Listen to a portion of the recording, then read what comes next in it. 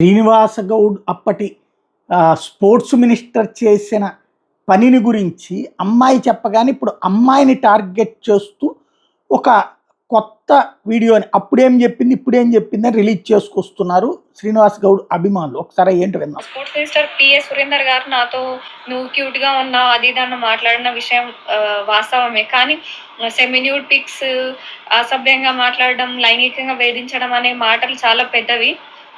Flirt చేశాడు. నేను warning ఇచ్చాను. 2 minutesలో నీ బాడీలో ఏ పార్ట్ పనిచేయదు అని చెప్పిన తర్వాత ఆయన మళ్ళీ నాకు ఎప్పుడు మెసేజ్ కానీ ఏం చేయలేదు.